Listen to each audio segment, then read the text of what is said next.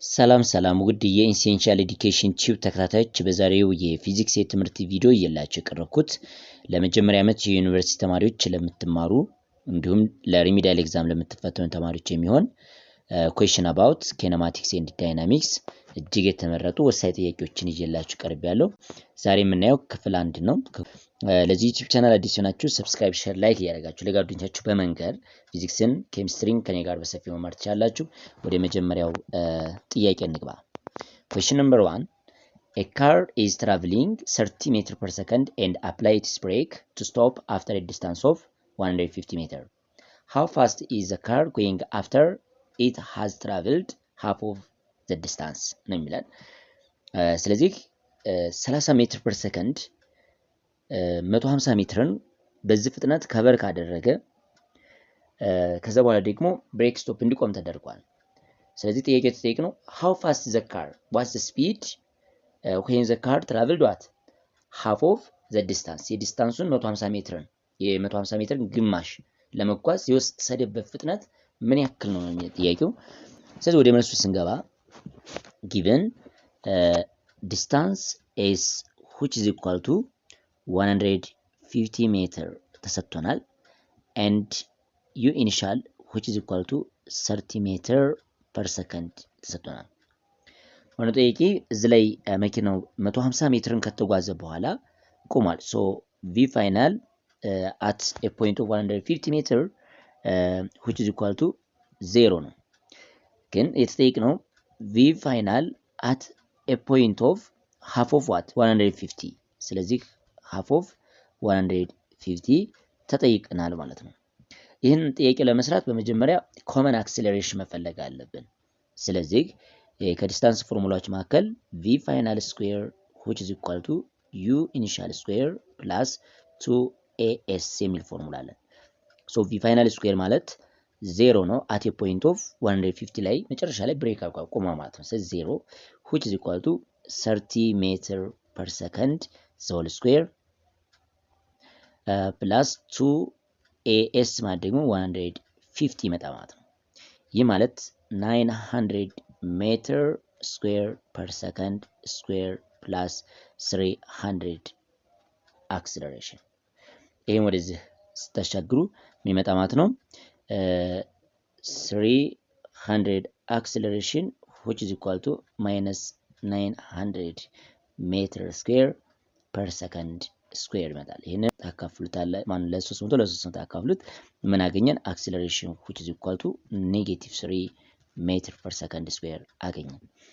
ስለዚህ ይሄን acceleration ካገኛችሁ በኋላ v final at half of the distance 150 ወይንም 75 ሜትር ላይ ያለው ምን ያክል ነው ጥያቄው። ስለዚህ v final square which is equal to u initial square plus 2as ነው. so we have acceleration negative 3 meter per second square. ስለዚህ v final square which is equal to 900 meter square per second square plus 2 into acceleration it is minus 3 times distance half of 150 it is 75. ይህ ማለት v final square which is equal to 900 minus 450 ይመጣላችሁ። ይሄን ስታበዙ meter square per second square. so v final which is equal to under 450 meter square per second square which is equal to 21.21 meter per second. ይሄ 21.21 meter per second ይመጣ ማለት ነው። question number 1 ይመስላል። question number 2 a car accelerates uniformly from rest if it travel a distance d in a time t then how far will it take it travel in a time of 2t ነው። ዋን ጥያቄ ዲስታንስ d ቢጓዝ in a time t ሙቭ አድርጓል ወይም ስፒዱ በዛ አይነት መልክ ነው። a car accelerates uniformly from rest if it travel a distance d in a time t then how far will it travel in a time of 2t ነው የተባለው። ጥያቄው ምንድነው? እዚህ ላይ ዲስታንስ you have d and time you have t ነው። so v ወይም velocity which is equal to ዲስታንስ ኦቨር ታይም ነው ወይንም ስፒድ which is equal to ዲስታንስ ኦቨር ታይም ይህ ማለት ዲ ኦቨር ቲ ነው። ጥያቄ ተጠየቅነው what's the distance at a time of 2t ዲስታንሱ at a time of 2t ምን ያክል ነው ማለት። ስለዚህ ዲስታንስ which is equal to v times t ስለሚሆን we have v that is d over t ነው multiply by time it is 2t ይመጣ ማለት ነው። so distance which is equal to 2 times of d ይሆናል ማለት ነው። so the answer is this one. question number 3 question number 3 using question number 2 አሁን ያየ ነው ማለት ነው and if the car has speed at a time of t then what is the speed at a time of 2t ነው የሚለው ስፒዱስ at a time of 2t ምን ያክል ነው የሚለን እዚህ ጥያቄ። ስለዚህ ሁለት ቪዎች ይኖርናል v at a time of t እና v at a time of 2t አለ። በሁለተኛ መንገድ መስራት ይቻላል።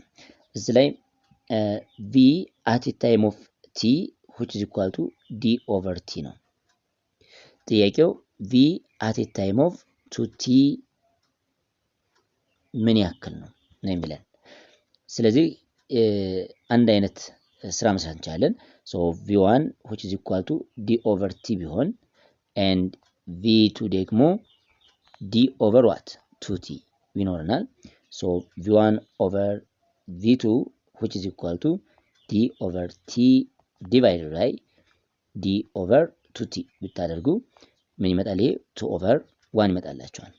so v1 ብለን የምንጠራው v1 ማለት የሚመጣ ማለት ነው v1 over v2 which is equal to ስለሚመጣ ክሎስ ታደርጓት v1 which is equal to 2 times v2 ይመጣል። ስለዚህ speed at a time of 2t v2 which is equal to half of speed at a time of t ማለት ነው v1። ስለዚህ የሱን ግማሽ ነው የሚሆነው ማለት ነው። ታይሙ በጨመረው ቁጥር ታይሙን ዳብል ባደረጋችሁ ቁጥር ስፒዱ በግማሽ ይቀንሳል ማለት ነው። ስለዚህ half of v1 ይመጣ ማለት ነው። ስለዚህ v2 which is equal to d over 2t ብቻ ነው የምትሆነው ማለት ነው። የመጀመሪያውን ግማሽ ነው የምትሆነው ማለት ነው።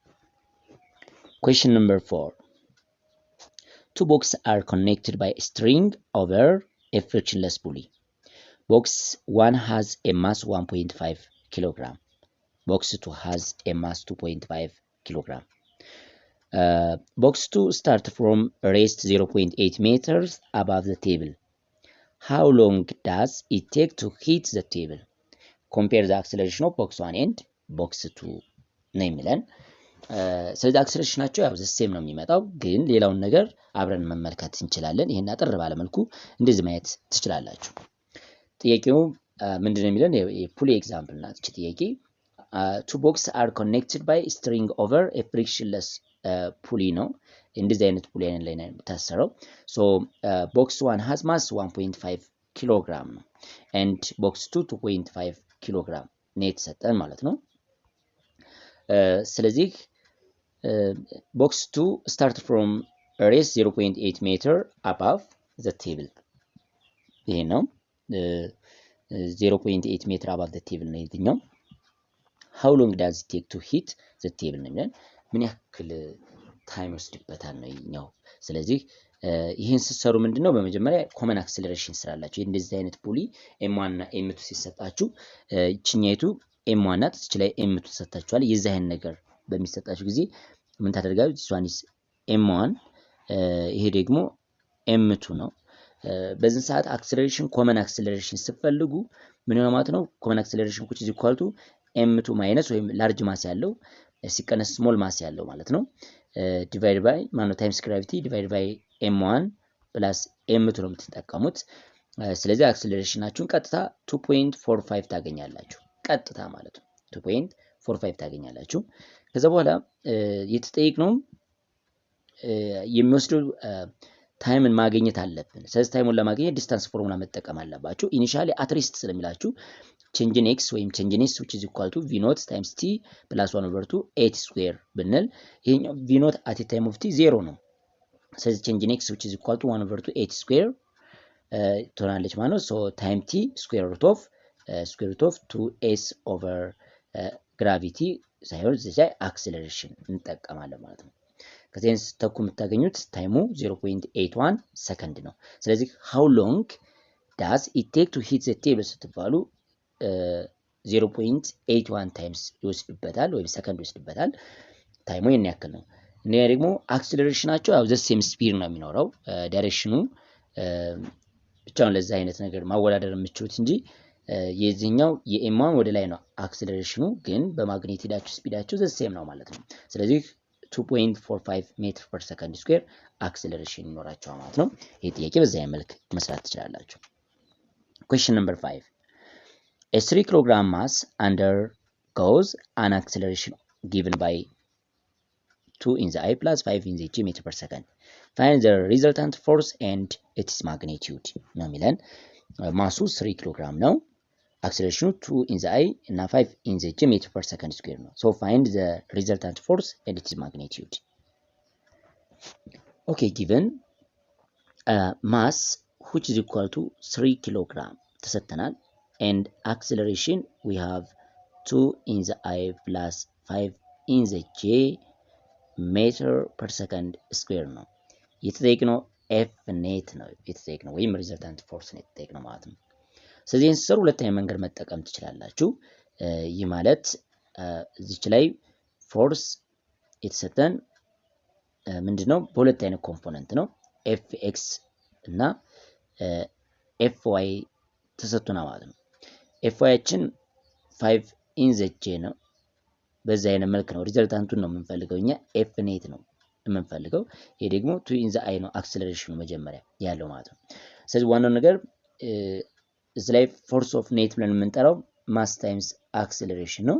ስለዚህ ማሳችን 3 ኪሎ ግራም መልቲፕላይ ባይ 2 ኢን ዘ አይ ፕላስ 3 ኖ 5 ኢን ዘ ጄ ታደርጋላችሁ። ስለዚህ ምን ይመጣ ማለት ነው 6 ኢን ዘ አይ ኒውተን እና 15 ኢን ዘ ጄ ኒውተን እናገኛለን። እቺን ያክል ይሄ በቬክተር ፎርም ነው። ወደ ሪዘልታንት ስቀይሩት ፎርስ ኔት which is equal to square root of fx plus fy ነው። so fx አችን 6 in the I ነው the whole square plus 15 in the j the whole square under radical ይሆናል ማለት ነው። ይሄን ስታወጡ የምታገኙት ቁጥር ስንት ይመጣ ማለት ነው 60.1 ኒውተን ይመጣ ማለት ነው። አለም ደግሞ በመጀመሪያ ኔት አክሰለሬሽን መስራት ትችላላችሁ። ያ ማለት 2 in the I square plus 5 in the j square አንድ ራዲካል አድርጋችሁ ይህ ከራዲካል ሲወጣ 5.38 ይመጣል። ከዛ ፎርስ ኔት ማለት ኤፍ ኔት which is equal to ማስ ታይምስ አክሰለሬሽን ነው።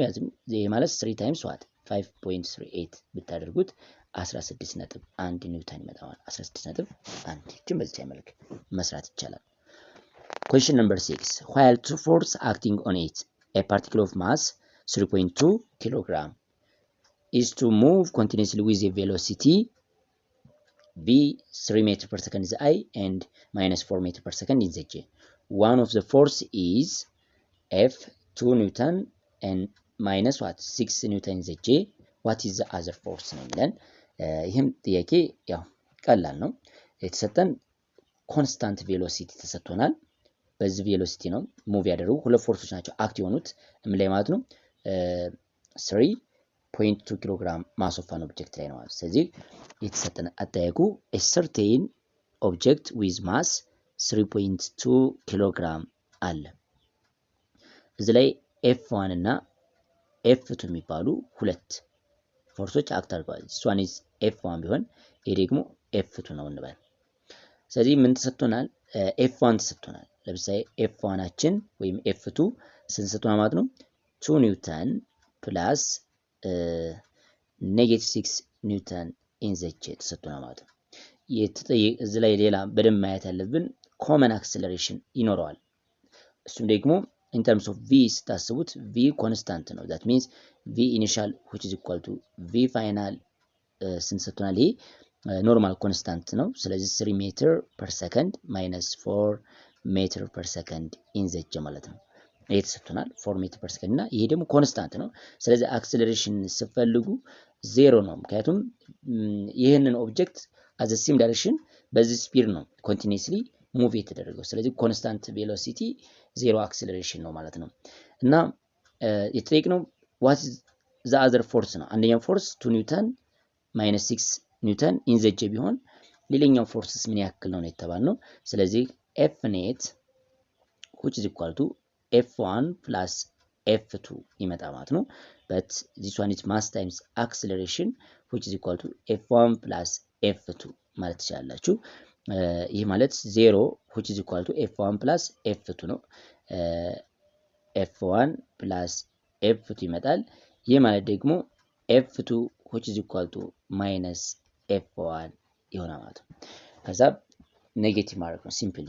ስለዚህ F2 or F1 ከሁለት አንዱ ማለት ነው። አንደኛው F1 ብለን የጠራ ነው። ለምሳሌ ይሄ ስንት ይሆናል ማለት ነው? 2 ኒውተን ማይነስ 6 ኢን ዘ ጄ ይሄ ኢን ዘ አይ ኒውተን ነው። ይሄም ኒውተን ነው።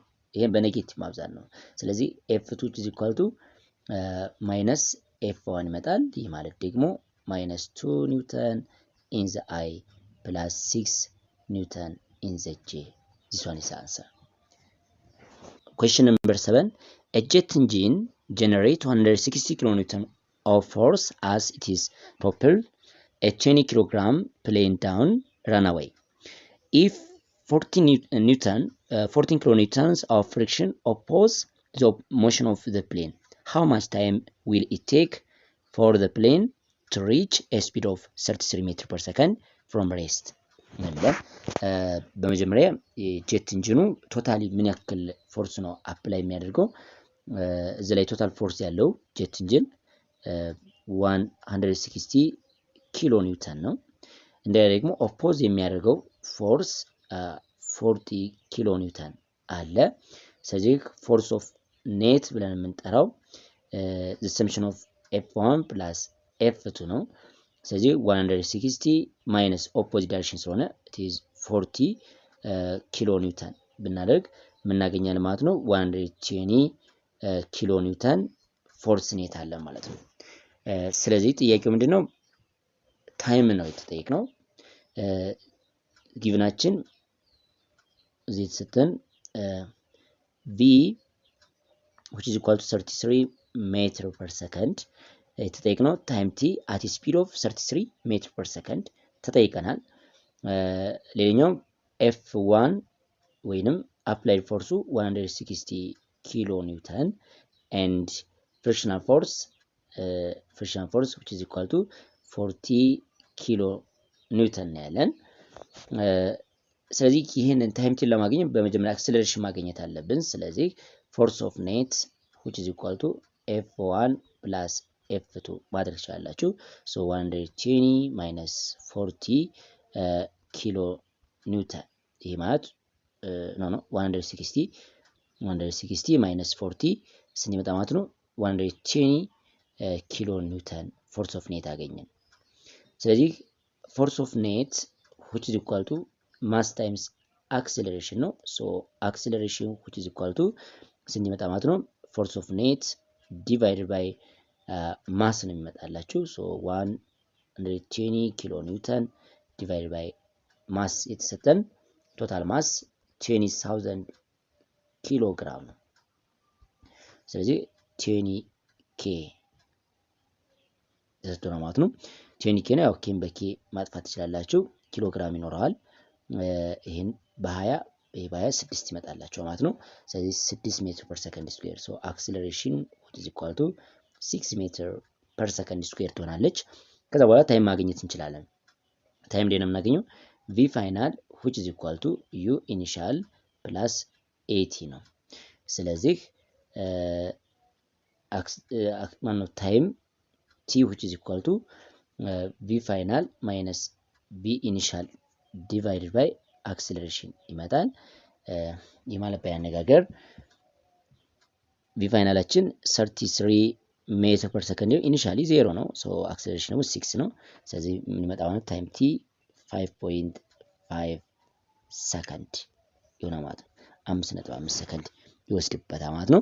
ስለዚህ ይሄን ጥያቄ በዛ መልክ ሰርተናል። question number 8 a spaceship moving at 1000 meter per second release a satellite of mass 1000 kilogram at a speed of 10,000 meter per second. What is the mass of the spaceship if it slowed down to a velocity of 910 ሜትር ፐር ሰከንድ ነው የሚለው ጥያቄው። ስለዚህ ይህን ጥያቄ ቀለል አድርገን መስራት እንችላለን። ምክንያቱም ኮንዘርቬሽን ሞመንተም ላይ ነው የተጠየቅነው። ምን የተሰጠን የሆነ ሰርቴን ሳተላይት አለ። ያ ሳተላይት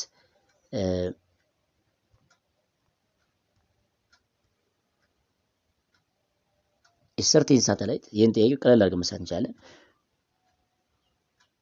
የሰርቴን ሳተላይት ቢኖረን ይሄ ሰርቴን ሳተላይት የራሱ ስፔስ ሺፕ ማስ አለው። ይህንን ኤም1 ብንለው ማለት ነው። የምናውቀው ቁጥር የለንም እዚህ ላይ። ስለዚህ ኤም1 ነው፣ ተፈላጊ ነው። የዚህኛው ደግሞ ማስ ኦፍ ሳተላይታችን ደግሞ ኤም2 ብንለው ይሄኛው ኤም2 ነው፣ ጊቭን ነው 1000 ኪሎ ግራም ተሰጥቶናል። ሁለቱ ኮመንሊ ሙቭ የሚያደርጉበት ያ ማለት ኤም1 ፕላስ ኤም2 በመጀመሪያ ላይ ሙቭ እያደረጉ ያሉት በአንድ አይነት ቬሎሲቲ ነው። ስለዚህ ያ ቬሎሲቲ ደግሞ ስንት ሰጥቶናል? 1000 ሜትር ፐር ሰከንድ ሰጥቶናል፣ ሳይነጣጠሩ በፊት ማለት ነው። ከዛ በኋላ ኤም2 ሙቭ ያደረገበት ስፒድ አለ v1 ብንለው እሱ ሙቭ ያደረገበት ስፒድ 10000 ሜትር ፐር ሰከንድ ሙቭ አድርጓል፣ ይሄኛው ማለት ነው። ሌላኛው እዚህ ላይ ዋና ጥያቄያችን ኤም1 ነው። የዚህኛውን እንትን መፈለግ አለብን ማለት ነው። አሁን ያለን v1 አለን፣ እንደያ ደግሞ ኤም2 ስፒድ አለን። የኤም2 ነው ኤም1 ስፒዱ ፋይናል ስፒዱ ተሰጥቶናል። ስንት ነው? 910 ሜትር ፐር ሰከንድ ቀንሷል ማለት ነው። ከ1000 ወደ 910 ዲክሪዝ አድርጓል የዚህኛው v2 ማለት ነው። ስለዚህ የተጠየቅነው ማሱ ነው። የስፔስ ሺፕ ማሱ ምን ያክል ነው ጥያቄው፣ የዚህኛው ጥያቄ። ስለዚህ መልሱን አብረን እንስራ። ስለዚህ ኤም1 ፕላስ ኤም2 ዘ ሆል ኢኒሻል which is equal to ኤም1 v1 ፋይናል ማለት ነው።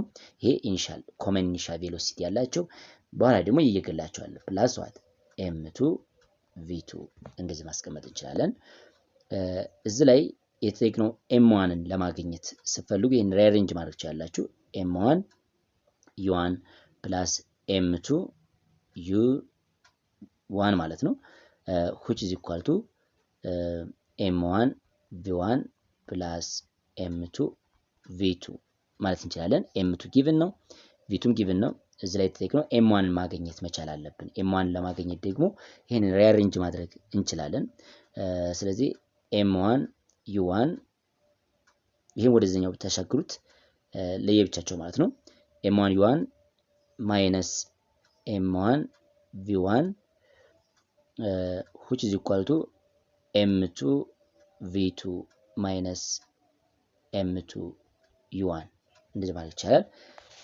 ይሄንን ኤም1ን ኮመን ብናወጣ ኤም1 ኮመን ቢሆን u ማይነስ ዋት v1 which is equal to እዚህም ኮመን ኤም2 ብታወጡ ኤም2 ኢንቱ ዋት v2 ማይነስ u ማለት ነው። ይሄ እንደዚህ አድርጋችሁ ከዛ በኋላ ይሄንን ብቻውን ለማስቀረት ይሄንም ለu1 ለu ማይነስ ዋት እቺም ለv1 እቺንም ለu ማይነስ v1 ማካፈል እንችላለን። ስለዚህ ኤም1 ወይንም ማስ ኦፍ ሳተላይት ማለት ነው which is equal to ምን ይመጣል?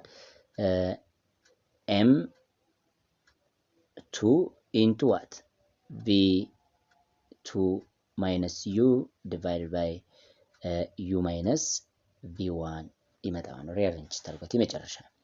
ስለዚህ m1 which is equal to 1000 ኪሎ ግራም into v2 ብለን የጠራነው ደግሞ 10000 ነው። 10000 ማይነስ አሁንም 1000 ዲቫይድ ባይ ስንት ይመጣል? ይሄኛው ያነነች ተኩ 1000 ማይነስ 910 ይሆናል ማለት ነው። ይህ ቢያን ነገር m1 which is equal to 10 the power of 5 ኪሎ ግራም ታገኛላችሁ ማለት ነው። ስለዚህ ስፔስ ሺፕ ማሱ 10 the power of 5 ኪሎ ግራም ነው ማለት ነው። so the answer is this one. Question number 9. A toy rocket has a mass of 350 grams at launch. The force it produces is 50 Newton and it is fired at an angle of 65 degree to the horizontal. What is the initial acceleration of the rocket as a vector ነው የሚለን። በጣም ቀላል ጥያቄ ነው። አብረን እንስራችን ጥያቄ ምንድነው? ኢኒሻሊ xy ፕሌን ላይ as 65 ዲግሪ ነው በ65 ዲግሪ ፎርስ ኦፍ ኔታችን F ኔት 50 ኒውተን ነው የተጠየቅነው። እዚህ ላይ Fy ቢኖረንም እንደና ዛይ ደግሞ Fx ይኖርናል። ሶ ዲቱ F1 Ay ያለን ዲቱ Fx ደግሞ Ax አለ ማለት ነው። እና ጥያቄው አክሰለሬሽን ኢን ተርምስ ኦፍ ቬክተር ዛት ሚንስ Ax, Ay ነው የተጠየቅነው። እነዚህ ሁለቱ ነው የተጠየቅነው። ስለዚህ ይሄን ለመስራት በመጀመሪያ ማድረግ አለብን ማለት ነው። ፎርሱ ማግኘት አለብን። Fy እና Fx ማግኘት አለብን። Fy ማለት ምን ማለት ነው? F ኔት ሳይን ዋት 65 ዲግሪ ነው። Fx ብለን የጠራነው ደግሞ እቺኛይቱ ማለት ነው። F ኔት ኮስ ኦፍ 65 ዲግሪ ነው። ይሄንን F ሳይን 65ን ስትጠቀሙ የምታገኙት ስንት ነው? 13 ኒውተን ታገኛላችሁ። ይሄ ደግሞ ለብቻ ስትጠቀሙ 6 ኒውተን ነው የምታገኙት። እቺ ለብቻዋ ማለት ነው። ወደ 6 ኒውተን ታገኛላችሁ። እዚህኛቱ 6 ኒውተን ታገኛለች። 6.6 አካባቢ ነው የምታገኙት። ስለዚህ ይህ ማለት Fx which is equal to 50 ኒውተን cos of 65 ነው። እንዲያ ደግሞ Fy ያችን ስንት ነው ማለት ነው?